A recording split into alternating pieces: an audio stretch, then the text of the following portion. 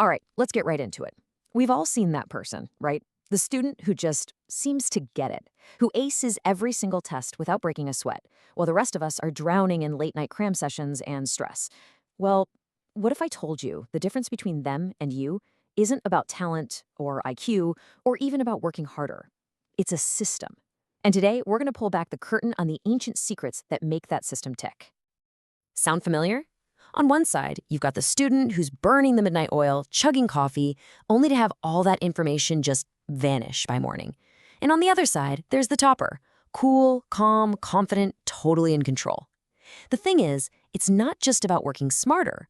The topper is playing a completely different game with a totally different set of rules.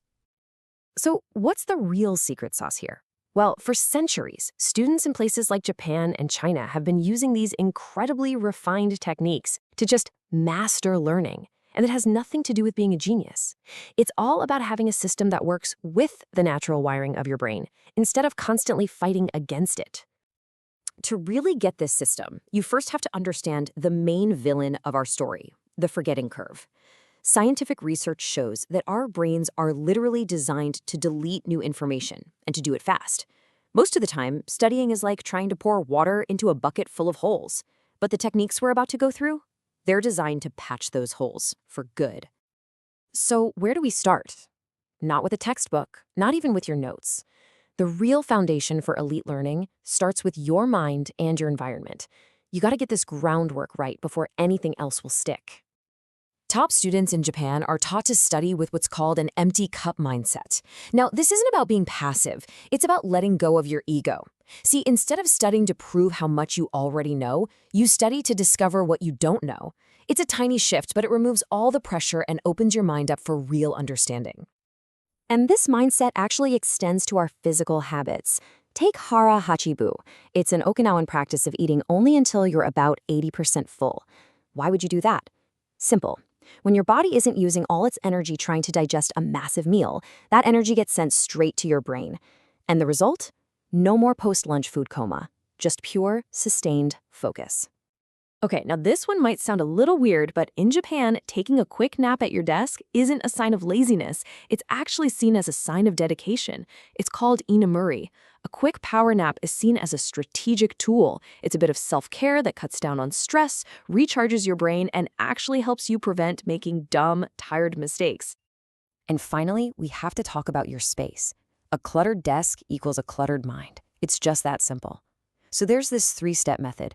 Seri, Seitan, Seiso. First, you sort through your stuff and get rid of everything you don't need. Then, you set everything you do need in a logical order. And finally, you shine. You keep it clean. This clears away distractions and gets your brain ready for deep, focused work. Okay, so your mind is clear, your space is clean. Now we get to the real meat of the system. This is all about shifting from being a passive consumer of information to being an active master of it. And believe me, this is where the magic really happens. Most students are stuck in what you could call input training, just rereading notes, highlighting everything in sight. This only creates a false sense of knowing, of familiarity. It doesn't build real memory. Toppers, on the other hand, focus on output training. They are constantly practicing pulling information out of their brains. It's like a samurai who doesn't just watch training videos, but actually spars every single day. That struggle to recall is what builds strong, unbreakable memories. Here is a perfect example of that active output. In Japan, the best students don't just reread their notes, they rewrite them 5 times, and each time they do it in a completely different way. You can see how each step forces you to use a new part of your brain, your logical side, your creative side, your visual side. By the time you're done, you haven't just memorized a fact, you've built a whole network of understanding around it. You see, that whole process taps into a core truth about our brains. We are visual creatures. We didn't evolve to remember abstract words on a page. We evolved to remember places and faces and images. And the smartest students know how to use this natural superpower to their advantage. This is literally how students learn to memorize thousands of super complex Chinese characters. They don't just see lines and strokes, they see pictures. And you can do this with anything. Turn that boring biology term into a quick drawing. Make a historical event into a little comic strip. And you don't have to be an artist. The simple act of turning text into an image makes it 10 times more likely to stick in your brain. And that brings us to the ultimate test of knowledge, the sensei hack. In Japanese culture, learning and teaching are basically two sides of the same coin. The moment you force yourself to explain a complicated idea in simple terms, you immediately see where the gaps are in your own knowledge. So find a friend, or even just talk to your mirror. If you can explain it to a 10-year-old, you've mastered it. Okay, so you've got these incredible techniques, but how do you structure them over weeks and months to beat that forgetting curve once and for all? This is all about turning that fragile, short-term knowledge into a permanent, long-term asset. Think about it. You wouldn't just blast a plant with a fire hose one time and then expect it to grow, right?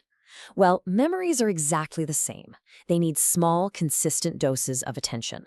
This is a technique called spaced repetition. A quick 5-minute review after a day, then another one after 3 days, then a week, then a month.